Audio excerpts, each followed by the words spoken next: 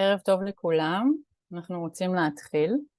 האירוע הערב זה וובינר של קהילת המובילים הדיגיטליים שהחלטנו לפתוח לעוד קהלים עקב המצב.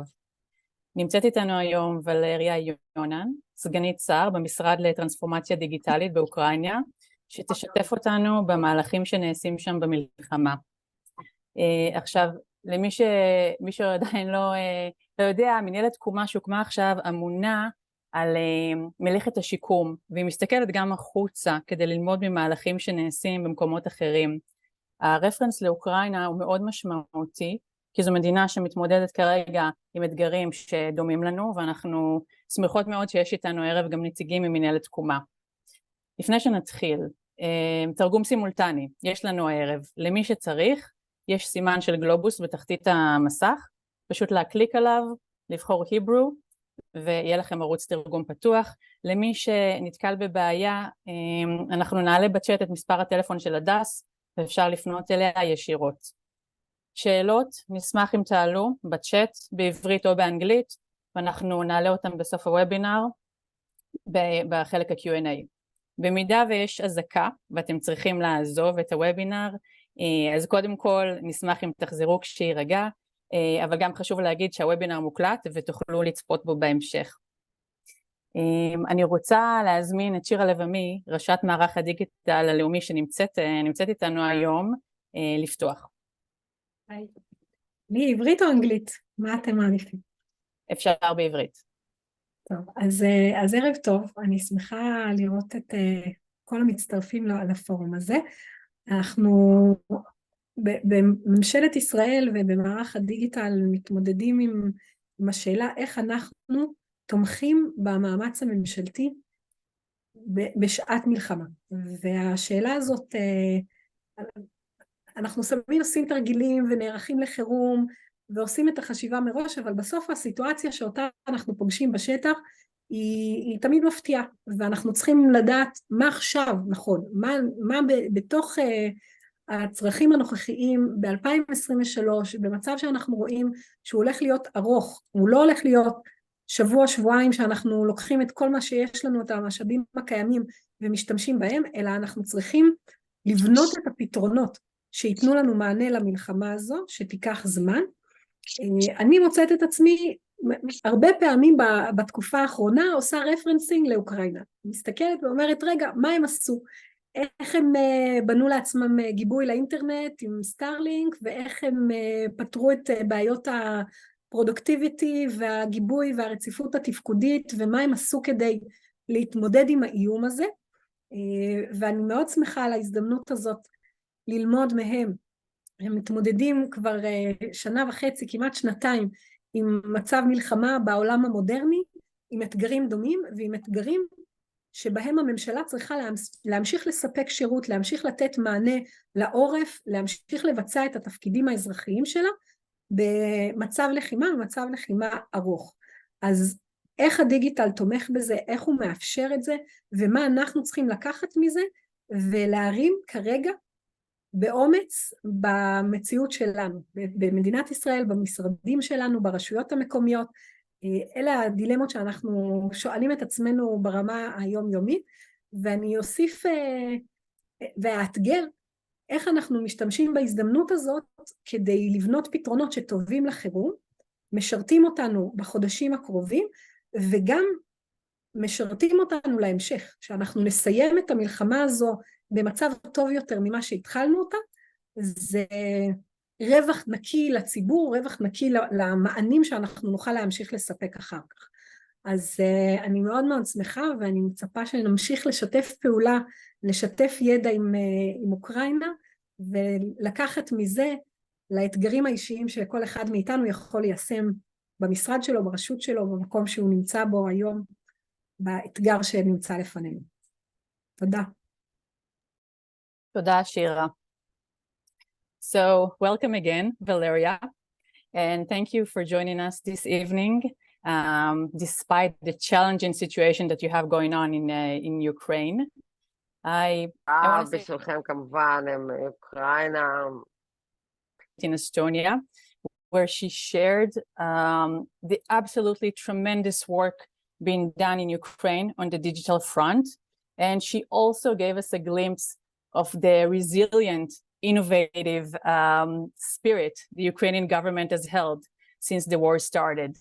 So I expect we can learn a great deal from you. Thank you for joining. I also want to welcome Slava, head of DIA, and Ilya, chief solution architects, who are joining us today. Thank you for joining. And let's start. Valeria, the floor is yours. Thank you so much, Lihi. Hello, everyone, dear ladies and gentlemen. Lihi, I just would like to echo your words about the spirit, and I would say that I believe that the spirit of Israeli people and Ukrainian people are very similar. And first of all, dear colleagues, today, like no one else, we understand and strongly support Israel in this war against terroristic organization Hamas, and we are so proud of your resilience. And I was just saying a couple of words to your colleagues before this workshop started that it is hard to explain what Ukrainians felt on the 7th of October. We felt this with you. And I just want you to know that Ukraine stands with Israel and we really support you.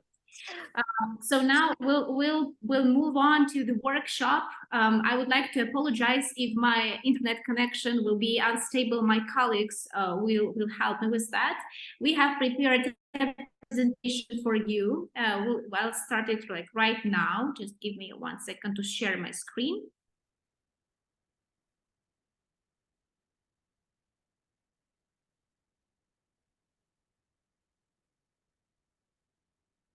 I hope you see it and everything okay. And if not, just don't hesitate to tell it.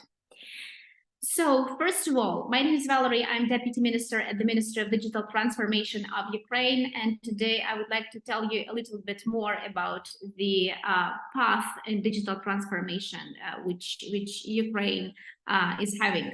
So maybe you already know that Ukraine has been called a European digital transformation tiger. Ukraine is also the first country in the world where digital passports are totally equivalent to paper or plastic ones. But these achievements that we have now, we didn't have them 3 years ago.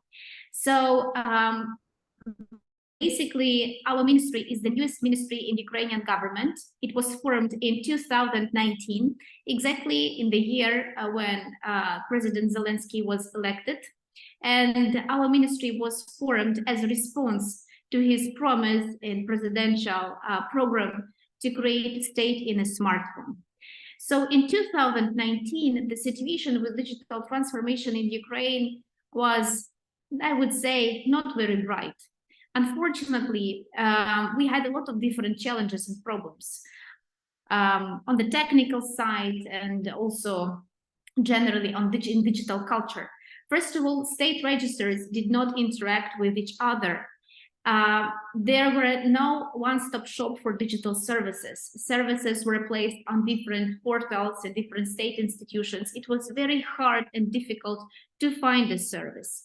Another thing, they were not properly created or they were not properly re-engineered.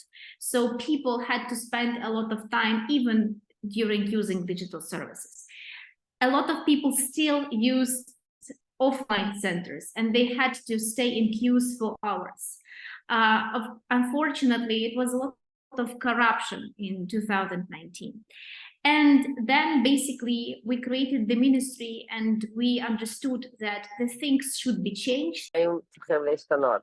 ואנחנו צריכים לשנות את זה באמצעות החזון המאוד ברור.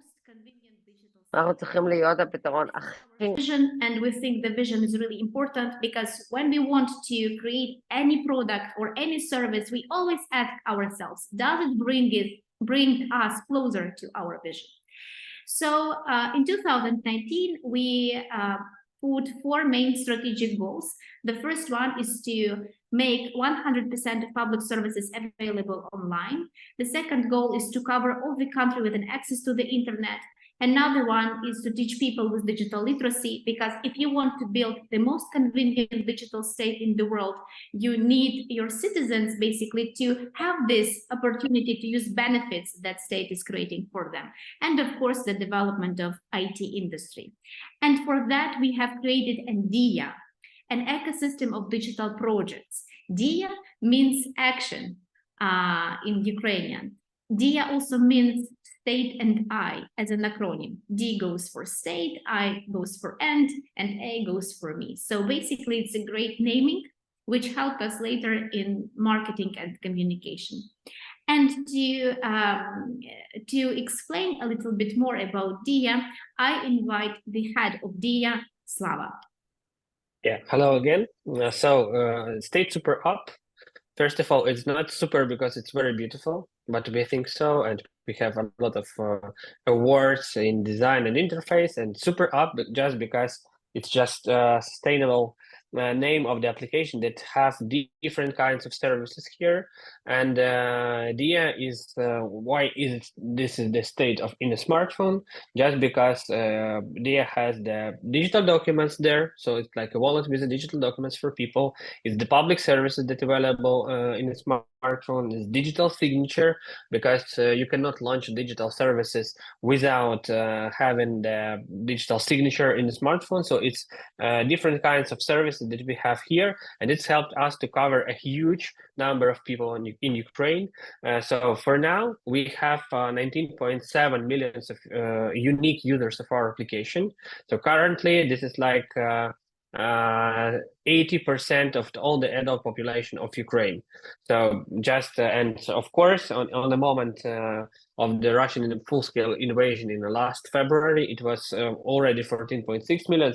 It's necessary when to understand that we had such a huge number of people even before invasion, and it helped us to resist against Russian aggression in different areas. In 2019, we initiated a new age, digital age.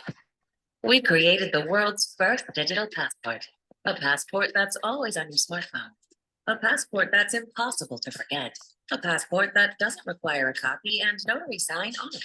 Confirming your identity takes just 2 clicks. Sharing a certified document, same thing, instantly. It just takes 2 clicks.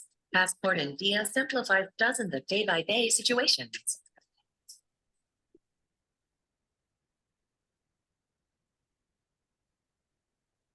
Yeah, so diving deeply into some things in India, because we could talk about this for an hours. First of all, as Valeria said in the very beginning, the digital passport and all the digital documents that we have in India, they are fully equivalent to the physical ones.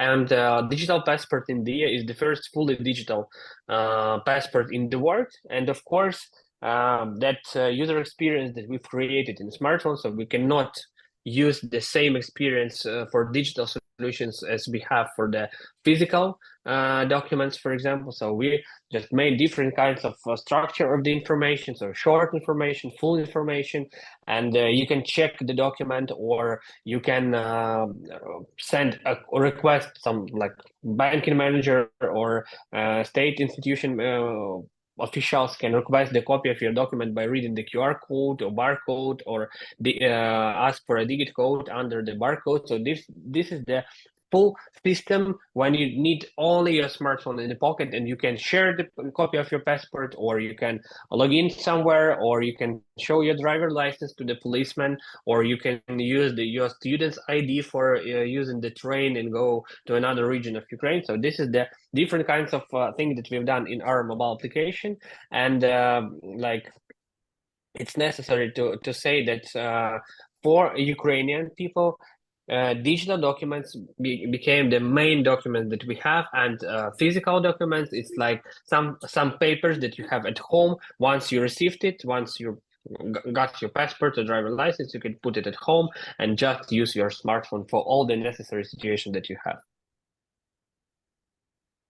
And for the public services that we have in the smartphone, I will not dive deeply into the details that we have, because most number of public services in all the countries are the same. But the most important to say that approach that we have in mobile application, it's very important, and it's the main thing I think about the digital services we have, because the main approach that should be realized, it's not digitalization of different kinds of paper forms, and it's like when you go to the offline office for public services, for example, and you want to apply for some service, you should fill some huge paper form with, and first challenge for you is to understand the question is this in this application form. Mostly it's working this way in a lot of countries. So in Dia we explain everything simply, and we can use data from your documents to pre-fill some information. So like we do not have to ask you about your name or passport data when you apply for something. And if as mobile application have the connections to different registries, we do not have to ask you about your property or about your children or about your car or etc. So we can pre-fill most number of fields and make all the services simplified and human understandable, with human descriptions, human questions, and all the details that it's necessary to people to use. So it's a great experience that we've got, and mostly people during these years from 2019, when we launched the first alpha version of Dia, people do not expect anymore to have to receive public services offline. Of course, we will still have this opportunity, but people just ask us like when more public services will be available in the smartphone. This is not the question for them, just to have or not to have them there. Yes, and Slava, maybe I will just add a couple of things and a couple of points. So before the full-scale Russian invasion to Ukraine, Ukrainians were able to pay taxes online just in a few clicks, to pay fines also through Dia in a few clicks, and also use a bunch of other services. You all remember when COVID-19 started, it was a great challenge for all of the governments, and we had a big challenge in Ukraine too. We had on the one side to motivate our citizens to get vaccinated, and on the other side we had to support SMEs who suffered the most. And that was the moment when we launched a revolutionary service, the first revolutionary service in Dia, which is called E8. So we basically told to our citizens, look guys, get vaccinated, get money through Dia app, and then use this money for those SMEs who suffer most, like for example restaurants, cinemas, and others. So basically that was the first time when we used a payment service, and now we use this E8 service during wartime to support our internally displaced people, and basically to do any other kind of social financial assistance to Ukrainian citizens. We also have a lot of other great services, like for example sharing of documents and enforcement proceedings, for example. But we'll talk a little bit more about this in the next slides. And now we'll show you a short video about digital signature in Dia.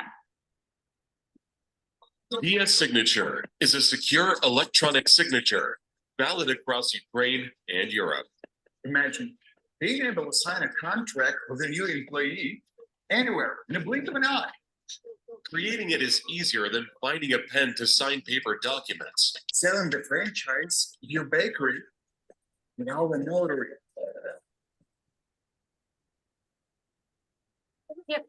Log in the Dia app. Select Dia Signature from the menu.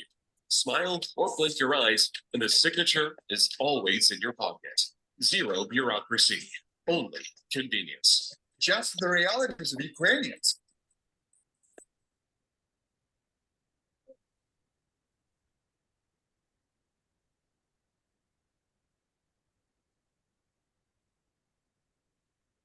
So for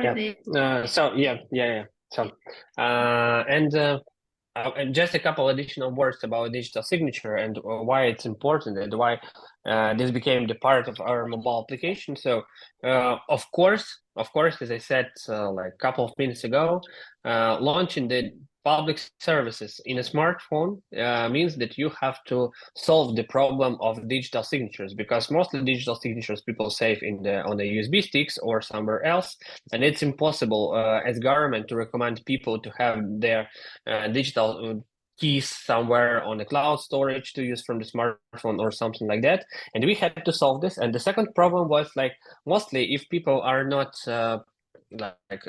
state officials, lawyers, or accountants, or like medical workers, etc., they have no idea what is digital signature. And seems like elder people, or even like people in the age after 50, if they did not have any experience of using digital signature, they even have no idea what is it.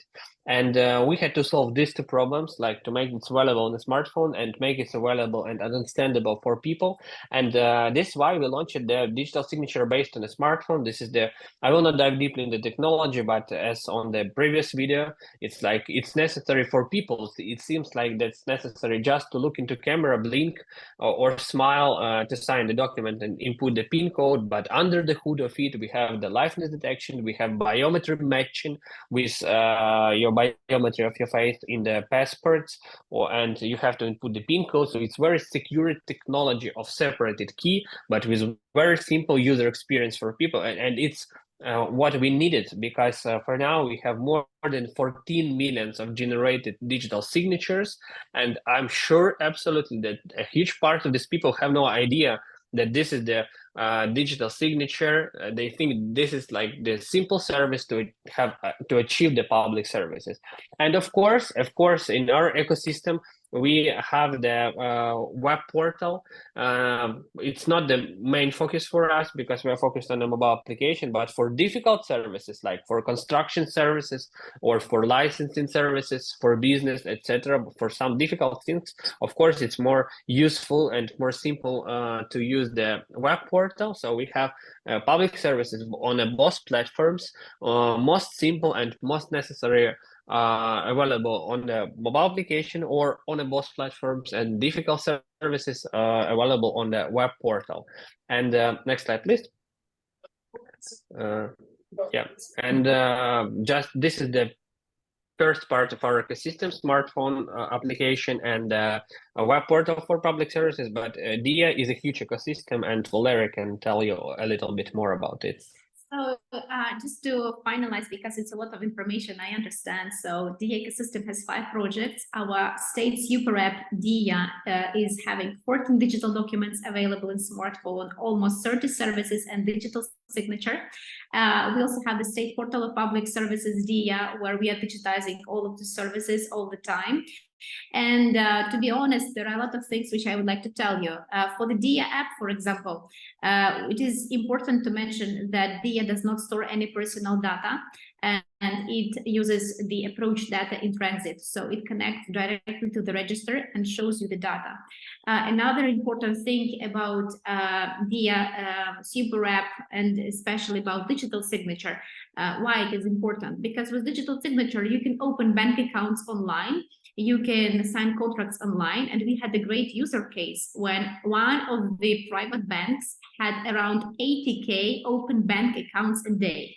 Could you imagine that an bank offline could have 80K new clients a day?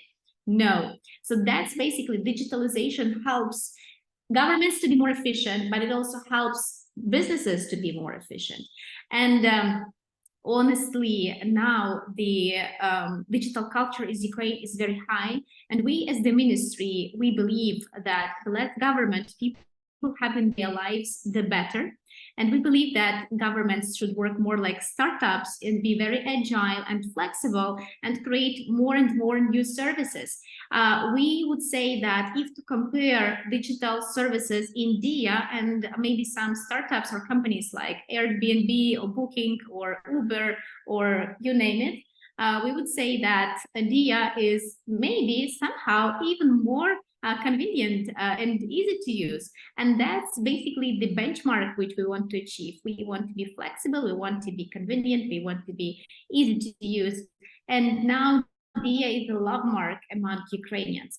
So we spoke with you about 2 projects of DIA ecosystem, and we still have 3. The third one is DIA business project with the project on development of SMEs. It has 2 components. The first one is a network of offline hubs centers of support for entrepreneurs. And the second one is the portal, the business portal, where there are more than 100 different products and services to SMEs, including free consulting, free online school for entrepreneurs, a marketplace of financial products, export section. So basically you name it and you have everything what you need to open your business or to grow it online. By the way, in Ukraine, we have the fastest business registration in the world. You can register your business online in 10 minutes. And we are trying even to decrease this time for registering business. Another great project is Dia City, which is the virtual economic and tax regime for IT companies. We launched this project 2 weeks prior to the full-scale Russian invasion to Ukraine. And still we have 600 residents. The majority are Ukrainian companies, but we also have some international companies like Visa and Revolut. So basically, this project helps us to sustain our digital economy even during the times of war. And the fifth project of the ecosystem is a DIA digital education. So you remember we spoke about digital literacy in the very beginning, and it was our focus for a long time. But again, when the full-scale Russian invasion started, we experienced a lot of challenges in every sphere, and also on economic front, we still have a high level of unemployment because a lot of people had to relocate, they lost their homes, they lost their jobs, they lost their professions, and we have to reskill them fast and give them opportunity to find a job. So basically now DIA Education is a national edutainment platform for reskilling and digital literacy, available in Ukrainian and in English, which has a lot of different components. First of all, there is a possibility to receive a personalized learning trajectory. So you just choose the skills which you would like to learn, and the system gives you not just the list of series, it gives you the list of concrete episodes which might cover those skills which you're interested in. We have 170 series, 50 of them are about professions, half of them are digital, half of them are not, another series are on digital literacy. We have a lot of interactive things like simulators to increase the engagement of students, tests, but the main idea right now is to give the full cycle to our students. So when you are coming to the portal and you would like to reskill, but you don't know what profession to choose, you go through career guided test. As a result, you receive not just your personality type, but you receive the list of professions which might suit you. You choose one, you watch an educational series in micro-learning format, in edutainment format, you go through simulator, and then you receive the list of job offers which are open in your region for this concrete profession, so you could apply. So basically that's a full cycle, and we have integrated with the biggest job platforms. And now I'll pass the mic to Slava to get back to DIA app, because when the war started, again, we faced a lot of challenges, having DIA gave us a great opportunity to react fast on those challenges that we've seen on the market. So I'll just give one example, and Slava will tell all others things, like when Russian missiles started to hit residential areas, because in Ukraine it happened like for the first time, and people were not ready for that, and they went to the shelters. They did not have any access to news, and that's why we embedded TV and radio into app. And then people had to relocate. So I'll pass the mic to Slava to tell a little bit more about other services which were launched from the moment of Russian invasion. Yeah, before I explain about some different services that we launched, I would like to say you one of the main insights that we've got during this time. So when we started development of the digital services in this area and started looking into smartphone application, it was like an option for our people, and a lot of our colleagues from another entities thought that this is like something for digitalized people, for early adopters, for younger people, etc., etc., etc. But really, what's happened when the war started, when the full-scale invasion started, DIA became the main service to deliver documents, services, and like social assistance for people. And it's very important to understand, because you know what we're talking about, but the reality is like a lot of people like lose their documents. The documents were burned at house, or they lose their documents on the way of evacuation from the front cities, etc. And the only way to have the documents during the time was to have the DIA and documents in DIA mobile application. In the same time, like when as in Ukraine, when we have a huge number of occupied territories and the huge people on the territories, we cannot have any more the offline offices for any services and any assistance from Ukraine on the territories. The only way to stay connected with the people is to have the smartphone and social assistance, to apply for social assistance from the smartphones, and to send them notification, the main information, etc., etc. And in the same time, as Valeria said before, it's like it was very necessary to launch TV and radio broadcasting in India. It's not a public service in a classic understanding, but when Russia invaded, they had a huge informational campaigns. They tried to shut down our radio signals or etc., and to make the fake news. And this is the very sensitive moment when you can lose your people. And it was very necessary to add to give a news for such a huge number of users that we had in the very beginning, almost 14 millions of Ukrainian people. And this still helping us, because people on the occupied territories have access to the news from Ukraine. They do not have blocked channels or etc., just because this is the state application. And of course, when when the full-scale invasion started, we had to launch a lot of different news services. So from the very beginning, from the March of last year, people started reporting about their damaged property, and for now we have already payments for them for fixing their houses, like roofs, windows, walls, etc. And even already started the projects when if your house is fully destroyed, you can get the money for buying a new house. And people of Ukraine can report about Russian troops that they've seen in their cities and villages, and to send this to our defense forces.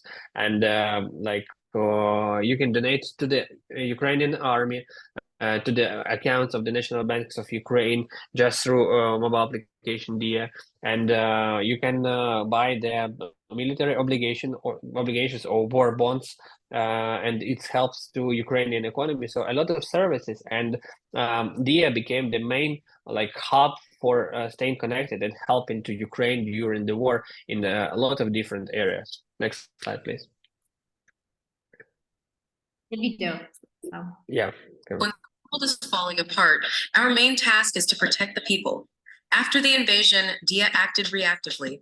We quickly introduced a new set of services vital in extreme situations. Evacuation Document combines all personal info in one digital doc and accelerates identification at checkpoints. E-Aid, financial support to sole proprietors to keep the economy going. War Bonds, aimed at rebuilding the liberated and soon-to-be deoccupied Ukrainian cities. State mortgage. Military, medics, teachers, and scientists can apply for the state mortgage right in the app. E-Enemy, a chatbot that helps any citizen safely transfer info about the location of Russian troops, names of collaborators, and enemy movements to the armed forces. Numerous attacks of Russian army destroyed a number of TV towers. To provide Ukrainians with uninterrupted access to information, we launched DIA Radio and DIA TV, so that even under blackouts, millions could feel present. And added the in-app Army of Drones game to help Ukrainians both distract and donate to the common purpose. Has the enemy launched cyber attacks on Ukraine? Of course they have, and they failed.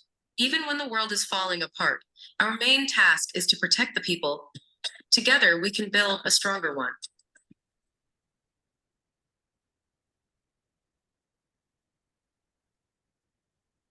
Yeah. So, and that was just general overview of that huge number of services that we had. And of course, we continued development of new services this year and added, like you see on this screen, not all the services are from the military needs or war needs. So, and like the prioritization of the services that we launch in India could be spent, and this is our experience, could be separated on a few different areas. So it's like urgent military services according to the war. It's like about destroyed property or mortgage or permits for kids for traveling abroad or something like that.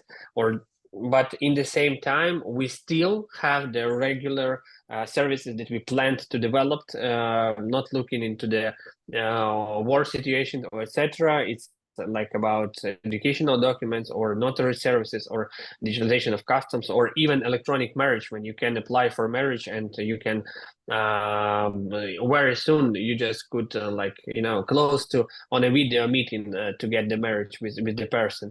And we have a lot of regular services, and it's another kind of delivery of the services, because people of Ukraine, they are located in a lot of countries, and it's very necessary for us to deliver services whenever people located. Thank you. And next slide, please. And our general approach, and according to one of the questions that we've seen in the chat, the general approach is not like making the list of services and digitalization by one, step by step, service by service, because this would be the way for decades for us. זוהי תהיה למעשה דרך שמאפשרת לנו להבין מה השירותים החיוניים שלנו, אבל זו בדיוק הסיבה מדוע יש לנו גם פה את הנציגים שלנו, נציגי הטרנספורמציה הזאת, סגני משרדים במשרד המשפטים, שהם האחראים על המעבר הדיגיטלי של משרד המשפטים לפלטפורמה.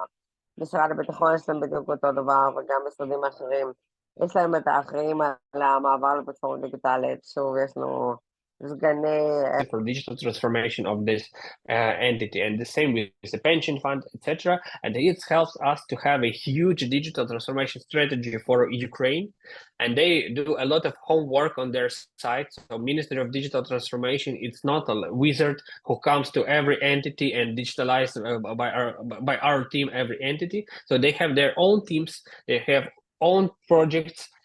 But totally, this is the general approach and general vision on all the level of all the country, and this is why it's possible for us to have huge areas. It's like for constructions or for sailors or for statistics or different kinds of another areas that we have in digitalization. It just time to time we meet together. It's like Ministry of Justice have a huge projects of digital transformation, and some of them are connect to the public services that could be delivered to people. And on this moment, we meet together, work together, and launch electronic marriage or something like that. So this is how it works. And our digital transformation projects, even now for in full scale war, is still huge. And you see this on the screen. Next slide, please. Yes, and Slava, I would like to add. It's to you already. Okay, again, thank you. No, I just wanted to add a couple of things regarding those wartime services, because I think it's something which might be really interesting and relevant for the damaged property. So basically now Ukrainian citizens could use out of two options. The first one, if the property is damaged or destroyed, they can receive the money which they use for rebuilding. But there is also a possibility to deny property rights and receive a certificate for new property. Another service. ולוותר על הבעלות, ואז הם למעשה מקבלים את הסטטוס של אדם במעבר, פליטים, אנשים שעברו מאזור לאזור, הם למעשה יאשרו באפליקציה שלהם את הסטטוס שלהם, והאם הם אנשים שעברו ממקום למקום מקבלים סיוע כלכלי על מנת שיאפשר להם את מגורים במקום אחר. עוד שירות נוסף מה ששלבה הזכיר דרך אגב זה צ'אטבוט, ועם אישורים שונים והרשאות, לאפשר לאזרחים לקבל שירותים שונים. Of Ukraine about Russian troops and Russian equipment, so our armed forces could know this information and better plan the operations on board, especially in the temporarily occupied territories. So also this possibility of buying war bonds for Ukraine is crucial because it's like a direct investment to Ukraine at the state during the wartime. What is important is that we have been able to build those services just from a few days to a few weeks. And that's a great example that you have to be agile because we didn't plan to have the services in 2021. And, we just had to react fast. Another thing is that in the first week of a full-scale Russian invasion to Ukraine, we have created together with a private sector company an app which is called an Air Alert, which basically which alarms all the citizens about this. Because again, previously in Ukraine there was not such apps, and the system of air alerts is like post-Soviet, and it's even in some places it even doesn't work. So it was really crucial. So just also a couple of other things is about our organizational structure. As Slava said, we, as the new ministry, we had done a lot of different changes, to be honest, and we had a lot of different challenges on different sides with legislation, with organizational structure, with teams. But we have succeeded with one of the very important things. We have created a new position in the Ukrainian government, which is called CDTO, Chief Digital Transformation Officer. So those are people who operate on the level of deputy ministers in the ministries, in digital agencies and the regions. And now we have those CDTOs in every ministry, in every agency, and in almost every region. And our minister has also a status of vice prime minister. So basically he can coordinate all of those activities, and that's why, and that's how we can actually move forward with digital reforms. And I think that's one of our, keys of success, organizational structure and vision, and the ability to be flexible and agile and work as a startup.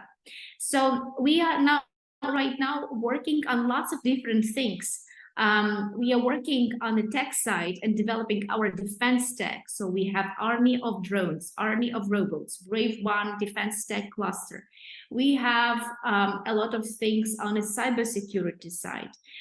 We have a lot of things, digital services, telecommunications, internet communications, digital literacy, IT, the development of IT industry. And recently this year, our vice prime minister had a change in his position. And previously he was responsible only for digital transformation. Now he's vice prime minister for education, science, innovation, technology, and digital transformation. So we are joking, it's a little bit wider mandated as it previously was. So of course we are now working also on other things. And we are strong believers of a mobile-only approach. If 10 years ago it was a one-stop shop approach, then it was a mobile first, now it will be mobile only. And we really strongly believe in that, and we are trying to step by step move to this approach. And right now we are creating, I believe it will be one of the most innovative educational governmental apps in the world, which will be called Mriya. So we will have Dia, action, and Mriya, dream, which the main idea of which is basically to give to every Ukrainian a possibility to become whoever he wants to become.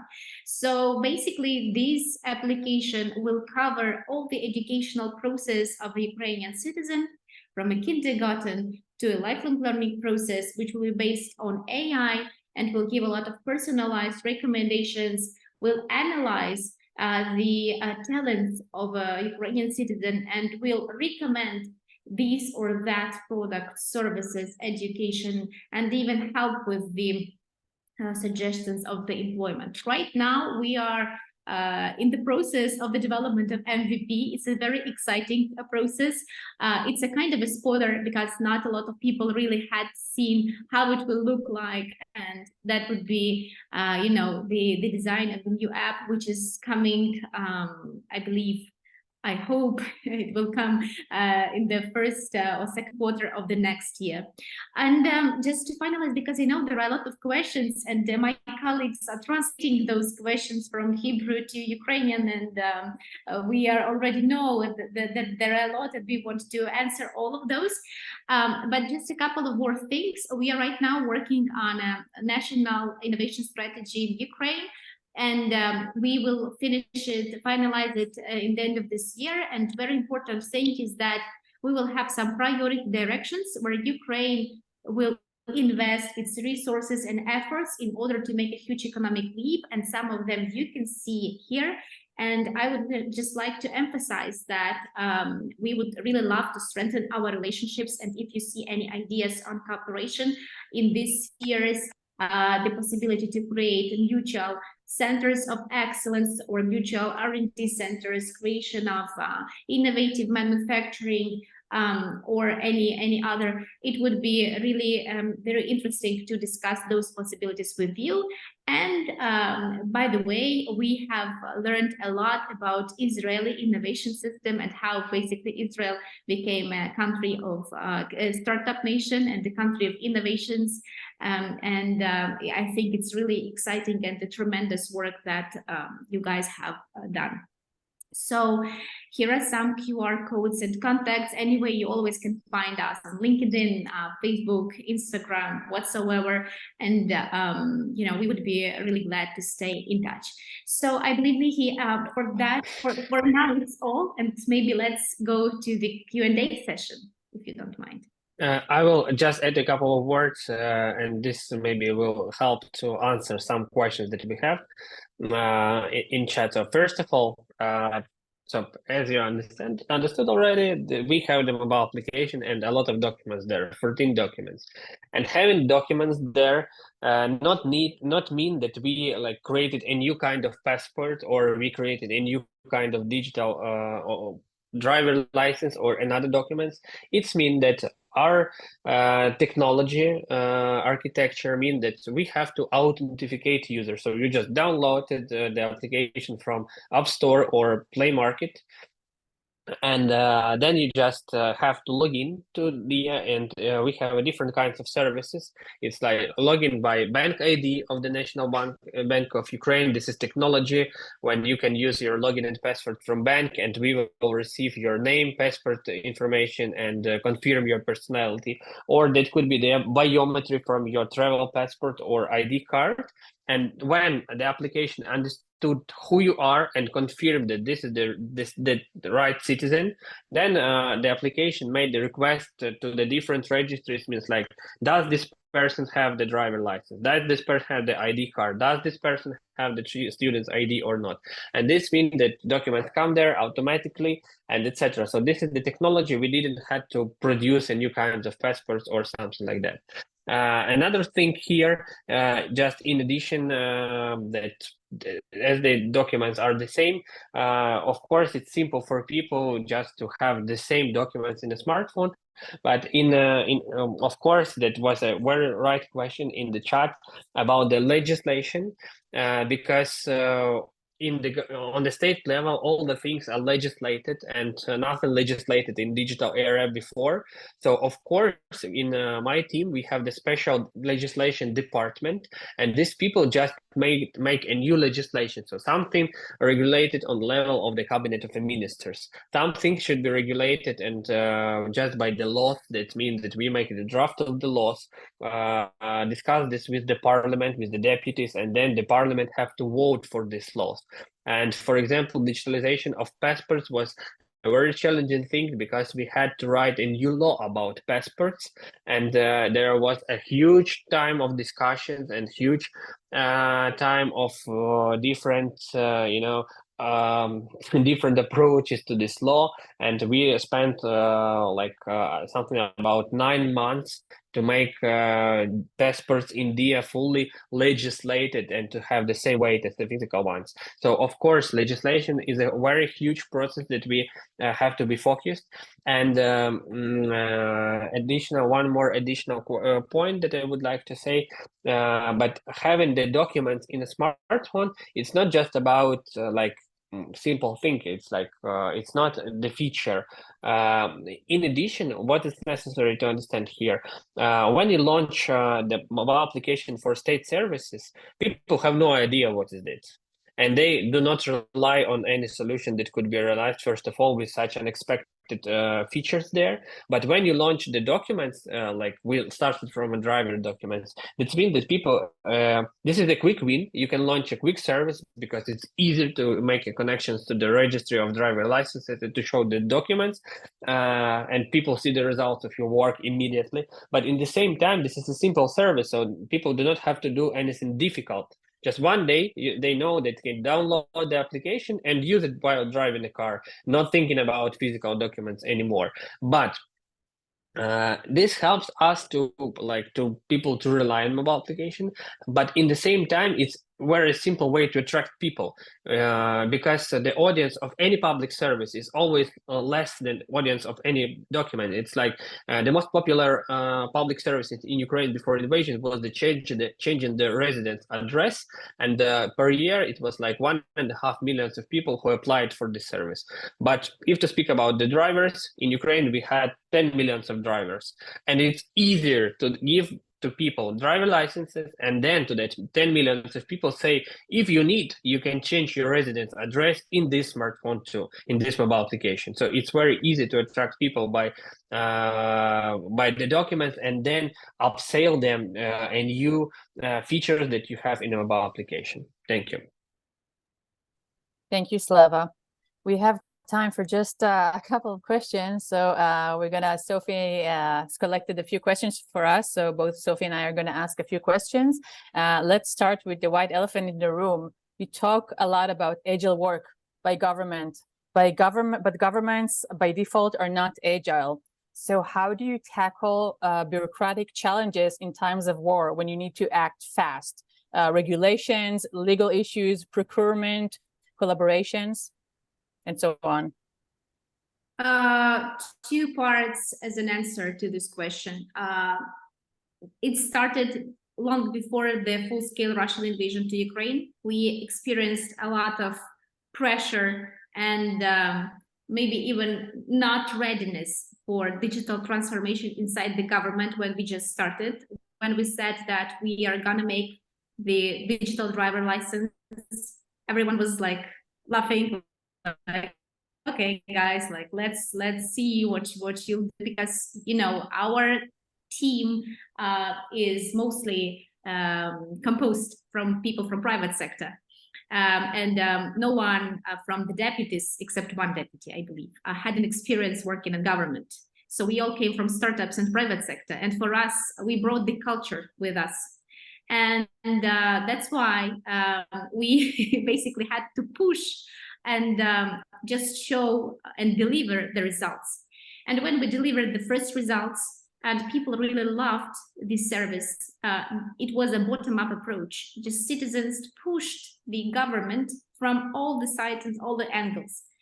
And just in 1 year, or I would say a year and a half, so it was 2020, 2021, when things changed completely. Dia became a love mark for Ukrainian citizens. And it was probably for the first time when government did something which people really loved and were proud of and are proud of. And so Dia was a love mark, and people know that we are doing services for them, user-centric, human-centric, easy to use, and fast. So answering the second part of the answer would be that when the full-scale Russian invasion started, we did exactly the same. We just moved even faster. When it comes to how to cooperate with other ministers, of course, we do not have a possibility to change, the mindset of other ministers, for example. But what we could do is we could show them with our example how to move. I'll give you one short story. So, you know, we are on war, and we believe that technology and drones should fight, not people. People's lives really value a lot. And last year, we understood that we desperately need drones. We launched the project Army of Drones, and we started with fundraising for drones. We started with buying drones, and we understood it will be not enough. We have to do something with manufacturing of drones. And like last year, it was 20 manufacturing of drones. We started, we done our homework. We've done our homework, and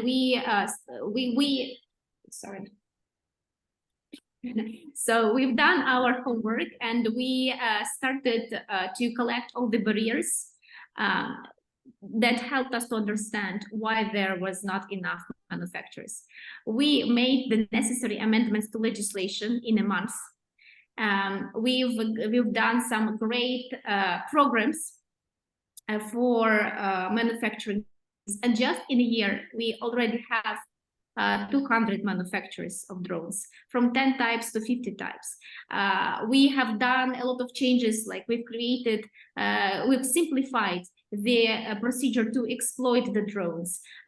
We've created a special zones for pilots of drones, and so on. And we've done it very, very fast. And when you see the result, all other ministries also want to be productive.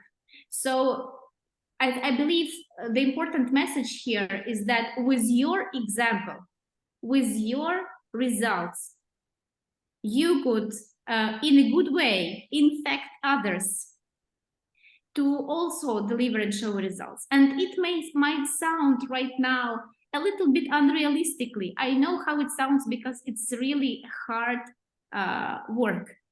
But if you do it, it really pays out, and it really works. Wow, that's so inspiring. And even just seeing your agile in practice, you know, you're translating our questions and answering them during the webinar. It's really fantastic.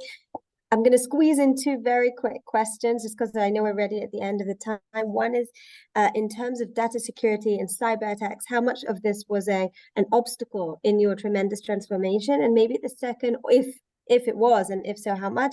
And the second question is really the legal issues and collaboration in the ministries, which you mentioned were quite used to working separately beforehand, or how did you overcome that?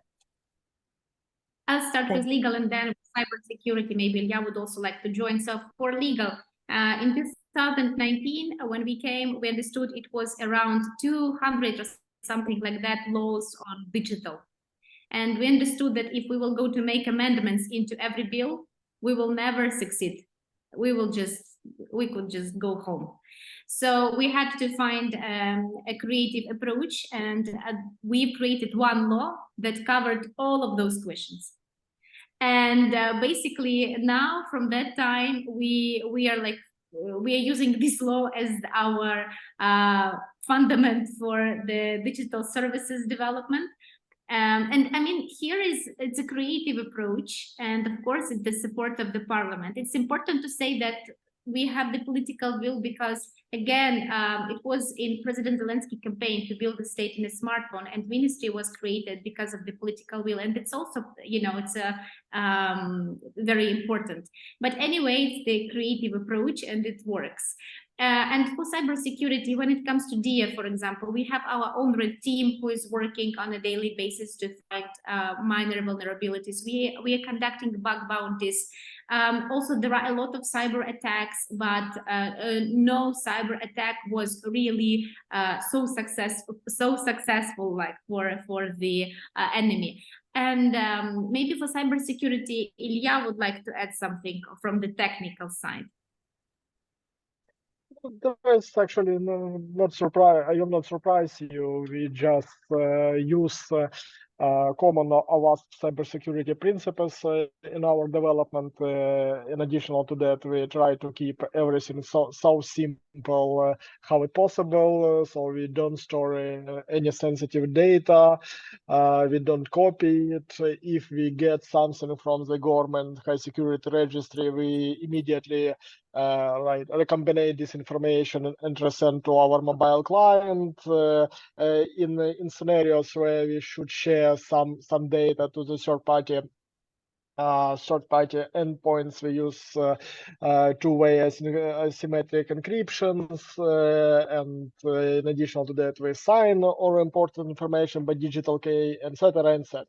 So just the simple things that usually make your life more safely and simple.